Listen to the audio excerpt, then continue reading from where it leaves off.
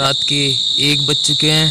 ठंड बहुत ज़्यादा हो रही है। तेंदुआ है आगे, देख रहे हैं। वाकई में ये तो बहुत ही बड़ा है।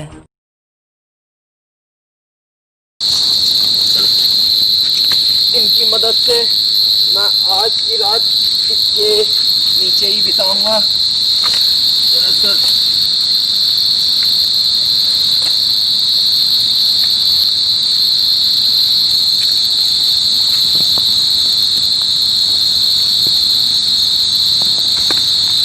देख सकते हैं आप इसे, ये तो बन गया।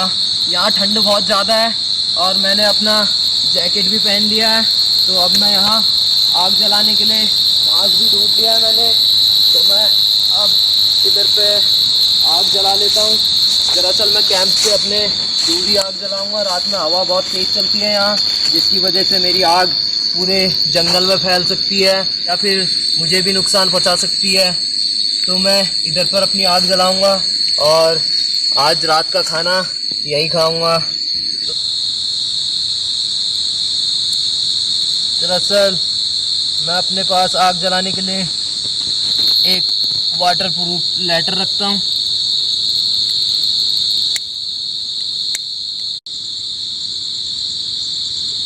मेरी आग तो जलने लगी है और मैं इसके जलने तक एक बार अपने कैंप के अंदर जाके देख लेता हूँ कि मुझे वहाँ कैसा महसूस हो रहा है और कैसा कंफर्टेबल फील हो रहा है। तो मैं तो चला दोस्तों इसके नीचे। अब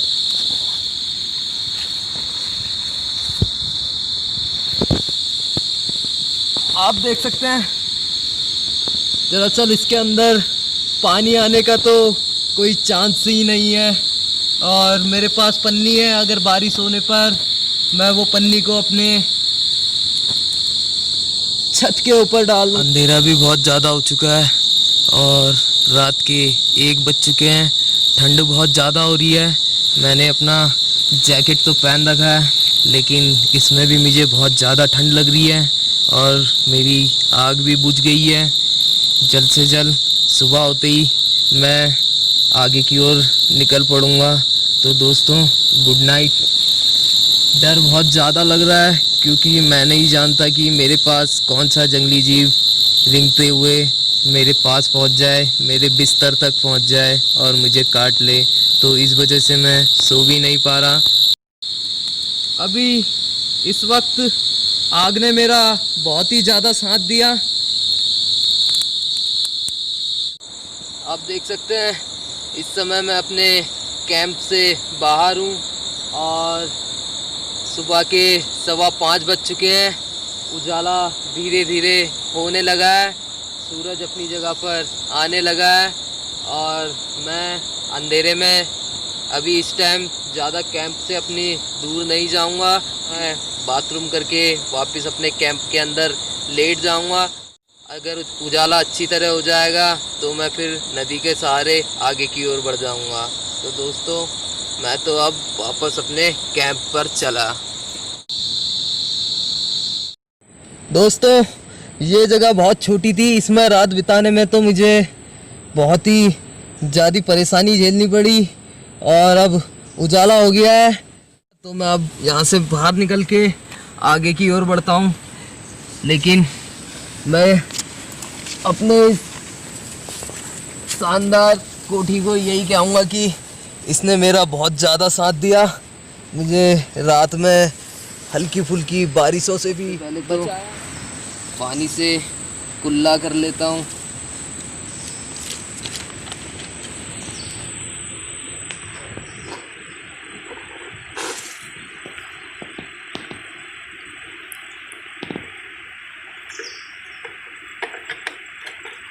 यहाँ तो डर के मारे मुझे रात में नींद भी नहीं आ रही थी,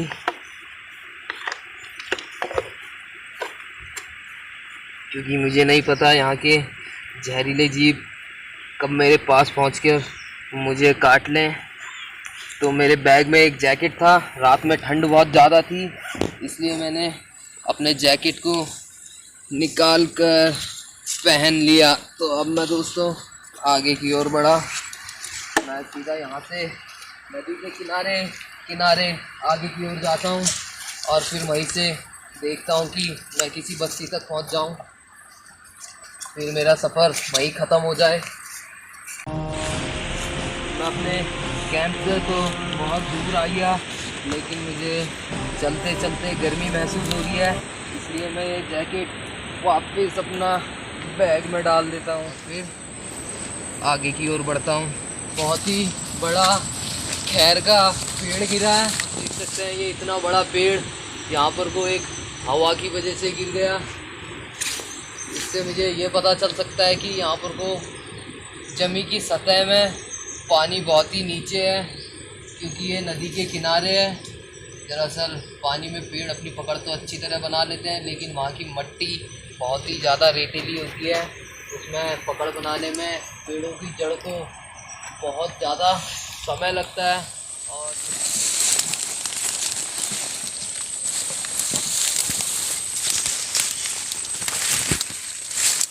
अक्सर ऐसी जगहों में अजगर अपने शिकार को पकड़ने के लिए बहुत ज़्यादा तैयारी से बैठे रहते हैं, और मैं नहीं चाहता कि मेरे साथ कोई ऐसी घटना हो, तो मैं यहीं से आगे की ओर बढ़ लेता हूँ और अपनी निगाहें ज़मीन में रखते हुए मैं आगे की ओर बढ़ता हूँ। दरअसल आप ऐसी जगहों पर ज़्यादातर पहले नीचे देख लीजिए, कोई ख़तरनाक चीज़ तो नहीं, फिर ही अपने कदम बढ़ाइए। और मैं कुछ ऐसा ही करने चला। मैं सबसे पहले ये बेत के टहने काट देता हूँ। दरअसल इसमें मैं कमांडो ट्रेनिंग का इस्तेमाल करूँगा। घुटने टेक के और हाथों के सहारे आगे की ओर बढ़ूँगा।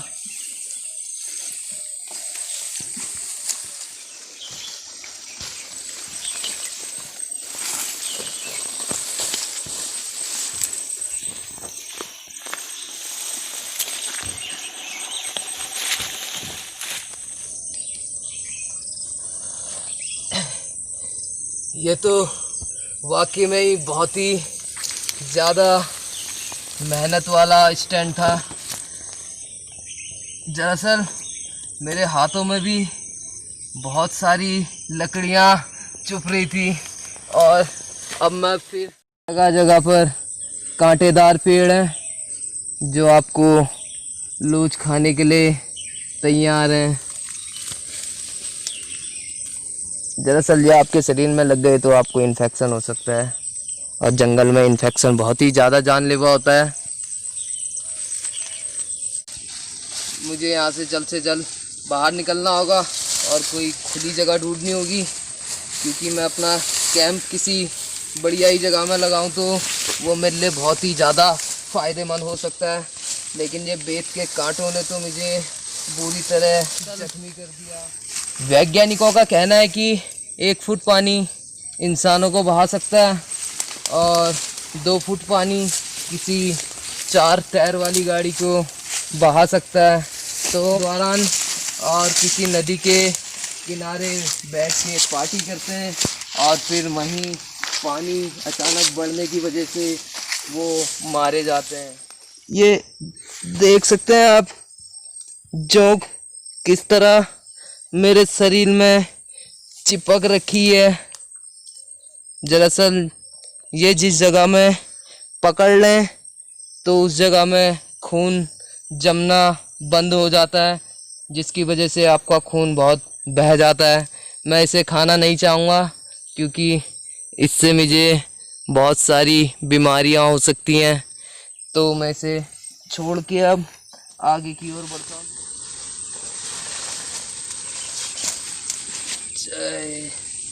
आप देख सकते हैं कांटे का पेड़। उसी जगह पर जाकर के शायद मुझे कोई रास्ता दिखाई दे और मैं उसी के सहारे फिर आगे की ओर बढ़ूं। दोस्तों, मुझे तो ये लकड़ी में दीमक भी दिखाई दे रहे हैं, आप देख सकते हैं इन्हें। अरे वाह, ये तो मेरे लिए बहुत ही ज़्यादा स्वादिष्ट खाना हो गया। ये खाने में बहुत ही ज़्यादा टेस्टी होते हैं और वैसे ये मेरा मज़ा तो किरकिरा नहीं कर सकते, लेकिन इन्हें खाने में मज़ा मुझे बहुत आएगा। ये तो पकड़ में भी नहीं आ रहे। मैं इन्हें पहले इकट्ठा कर लेता हूँ और फिर एक ही साथ खा जाऊँगा। ये देख सकते हैं आप इसे, देख सकते हैं आप इसे किस तरह ये मेरे हाथों में हिल रहे हैं अपनी जान बचाने के लिए। लेकिन मैं इन्हें नहीं छोड़ूंगा, मैं इन्हें खा जाऊंगा और इनका टेस्ट तो वाकई में ही बहुत बेहतरीन होता है।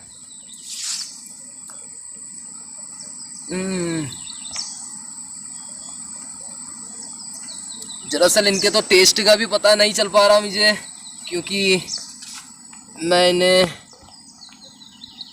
उतनी ज़्यादा मात्रा में नहीं, इसी मात्रा में मिले तो शायद और भी ज़्यादा मज़ा आ जाए। ये देख सकते हैं आप इन्हें। तो मैं इन्हें इकट्ठा करके अब खा जाता हूँ।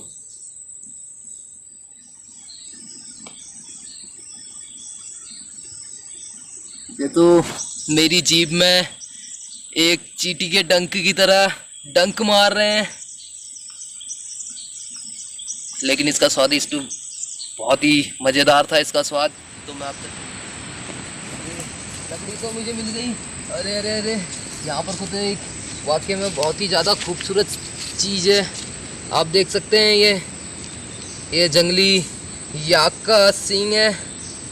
ये दरअसल लड़ाई के बहुत ही ज़्यादा शौकीन होते हैं, WWE के, और चैम्पियन भी होते हैं। यहाँ पाए जाने वाले याक बहुत ही ख़तरनाक होते हैं। जब तक ये एक दूसरे को अच्छी तरह तोड़ फोड़ ना दें तब तक ये अपनी लड़ाई नहीं रोकते। आप देख सकते हैं ये सींग इसका, ये मेरे काम आ सकता है। मैं इसे रख देता हूँ। ये सामने में मुझे एक टापू बना हुआ दिख रहा है। आप ऊंचाई में जा कर के रास्ते का अनुभव लगाता हूँ। तो मैं तो चला दोस्तों।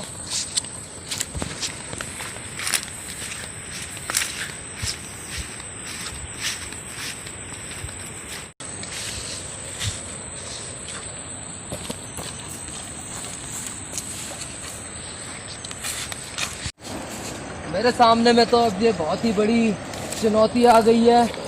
वो टापू तक पहुंचने के लिए मैंने ये नदी पार करनी होगी और मुझे नहीं पता कि इसमें किस टाइम पानी बढ़ जाए और मैं बह जाऊँ।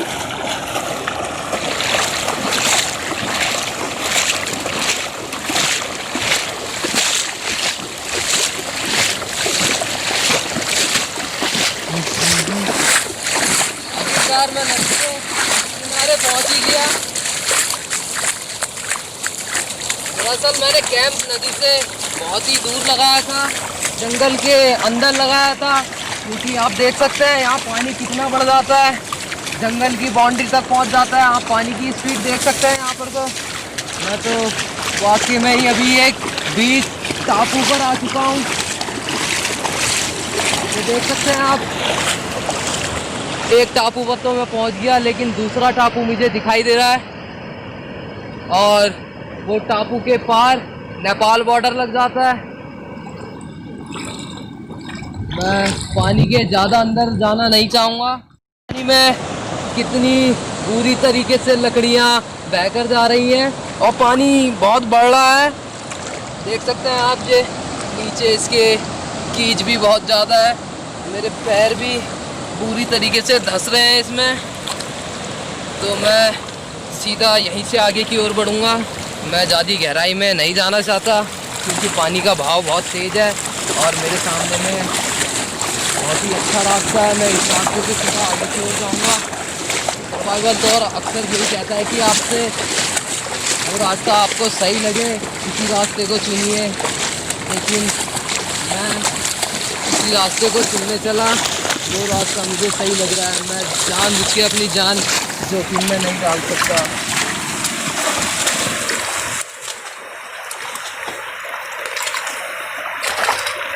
देख सकते हैं आप पानी कितना बढ़ गया है, धीरे धीरे पानी बढ़ रहा है और मैंने जल्दी से वहाँ पहुँचना होगा, वरना ऐसी जगह पर तो मैं ठहर भी नहीं पाऊँगा।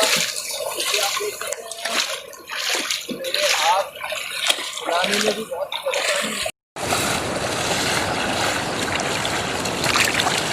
वैसे मुझे बहुत ज़्यादा खुशी हो रही है कि मैं अब इस टापू तक पहुंच चुका हूं।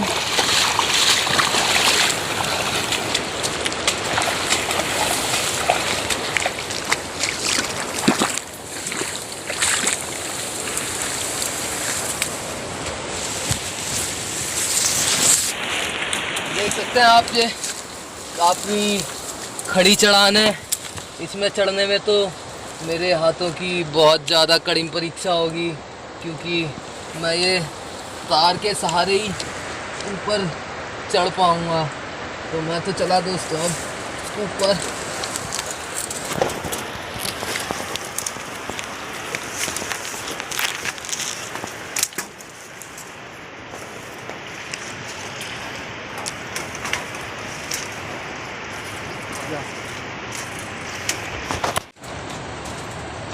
मेरे तो हाथों में भी बहुत ज़्यादा दर्द होने लगा है, क्योंकि मेरे हाथों में अब मेरी अच्छी पकड़ नहीं बन पा रही है। खून का बहाव रुक जाने की वजह से उंगलियां काम करना आपका छोड़ देती हैं। तो मैं जल्द से जल्द ऊपर पहुंचता हूं।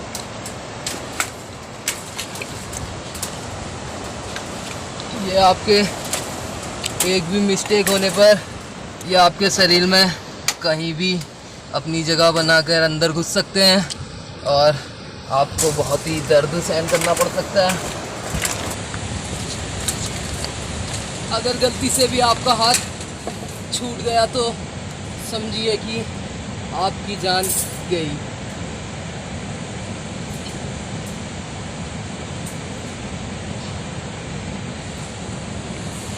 दरअसल आप ये देख सकते हैं बीच टापू पर ये सीमल का खूबसूरत पेड़। दरअसल इसे देखकर तो ऐसा लग रहा है जैसे ये टापू किसी राजा ने खरीद लिया हो और फिर उसमें कोई झंडा गाड़ दिया हो। और इसके कांटों का भी हम बहुत सही इस्तेमाल करा करते थे। इसके कांटे निकाल कर इसे पूरी के पत्ते में लपेटकर इसे पान बनाकर खाते थे और फिर हम इसका पूरा मज़ा लिया करते थे। वैसे हम इसे ऐसे भी खा सकते हैं। तो मैं आगे की ओर बढ़ता हूँ। ये वाकई में ही बहुत ही ज़्यादा सुंदर नज़ारा है यहाँ का, और मुझे यहाँ से अब रास्ता भी दिखाई देने लग रहा है। आप देख सकते हैं सामने में पुल है, लेकिन वहाँ पहुँचने तक मैंने और 4 टापू पार करने होंगे। तो मैं जल्द से जल्द यहीं से आगे की ओर बढ़ता हूँ। ये तो पानी बहुत ही ज़्यादा गहरा है, आप देख सकते हैं। डंडा भी मेरा नीचे जाके ऊपर आ चुका है। तो मैं इस नदी से, दरअसल ये नदी को पार करने के लिए आपके पास या तो नाव हो या फिर कोई ख़तरनाक टीम, तभी आप ऐसा रिस्की कदम जंगलों में उठाएं, वरना आपकी जान भी जा सकती है और आप मारे जा सकते हैं। तो मैं इसी के सहारे आगे की ओर बढ़ता हूँ।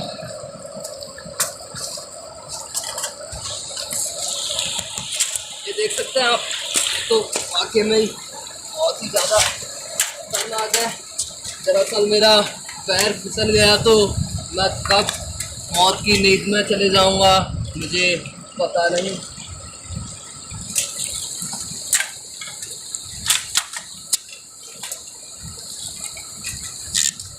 और ऐसी जगहों में एक सावधानी और बना के रखिए कि आप अपने हाथों में कोई धागा या फिर घड़ी और कोई रस्सी का टुकड़ा लेकर के ना आए।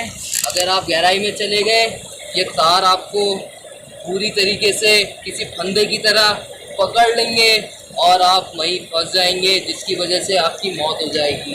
तो मैं नहीं चाहता मेरे साथ कोई ऐसा हो, तो मैं सावधानी पूर्वक जमा के आगे की ओर बढ़ता हूँ दोस्तों।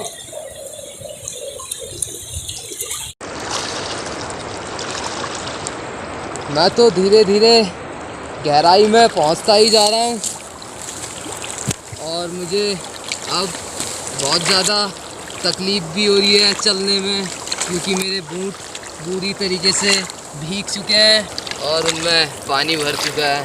ये देख सकते हैं आप, ये बेशरम का पेड़ है। दरअसल इसका नाम बेशरम इसलिए रखा गया क्योंकि ये काट के इसे किसी भी जगह में डालोगे तो ये दोबारा अपनी प्रजाति उगा लेगा। तो आखिरकार मैंने सब टापू तो पार कर ही दिए। मेरे सामने में एक लास्ट टापू बचा है। मैं इसमें पहुंचने के बाद सीधा आगे पुल की ओर जाऊंगा और फिर वहीं से आप सभी लोगों को अलविदा कह के अपने घर चले जाऊंगा। दरअसल यहाँ तो मुझे डर भी बहुत ज़्यादा लग रहा है। मेरा दिल मेरे मुंह से बाहर ना आ जाए, क्योंकि यहाँ आप देख सकते हैं इन घासों के नीचे रहने वाले अजगर और एलिगेटर, मुझे किसी भी चीज़ का सामना करना पड़ सकता है। तो मैं नहीं चाहता कि मेरे रास्ते में कोई रुकावट आए।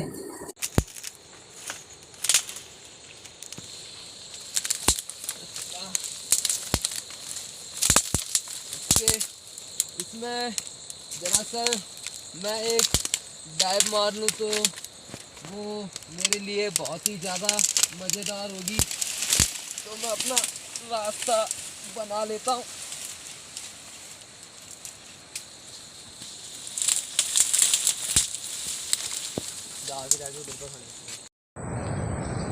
आप देख सकते हैं, दरअसल मैं इतना खतरनाक और इतना भयानक तालाब पार करके यहाँ तक पहुँचा हूँ और मुझे मेरी मंजिल भी मिल गई, रास्ता भी मिल गया।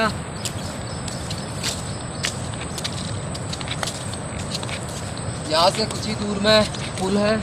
मैं पुल तक पहुँच जाऊँ तो मेरी हेडेक दूर हो जाएगी और मैं डिप्रेशन से बाहर आ जाऊँगा, क्योंकि जंगलों में भटकने पर अक्सर आपको घबराहट ज़्यादा हो जाती है और आपके शरीर में वो डर दिखाई देने लगता है। आप देख सकते हैं मैं पुल तक पहुंच चुका हूं। तो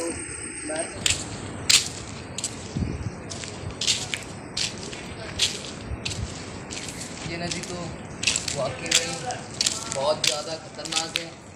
आप देख सकते हैं कहाँ से ये नदी आकर के एक जगह पर मिलती है और फिर अपना एक रास्ता बनाकर सीधे उसी रास्ते पर चलते रहती हैं। और नदी के किनारे तो हमें रास्ता ढूंढने में कोई ज़्यादा मुसीबत भी नहीं होती। नदी मिल गई तो आप उसके सहारे आराम से घर पहुंच सकते हैं। तो मैं तो चला दोस्तों अब अपने घर।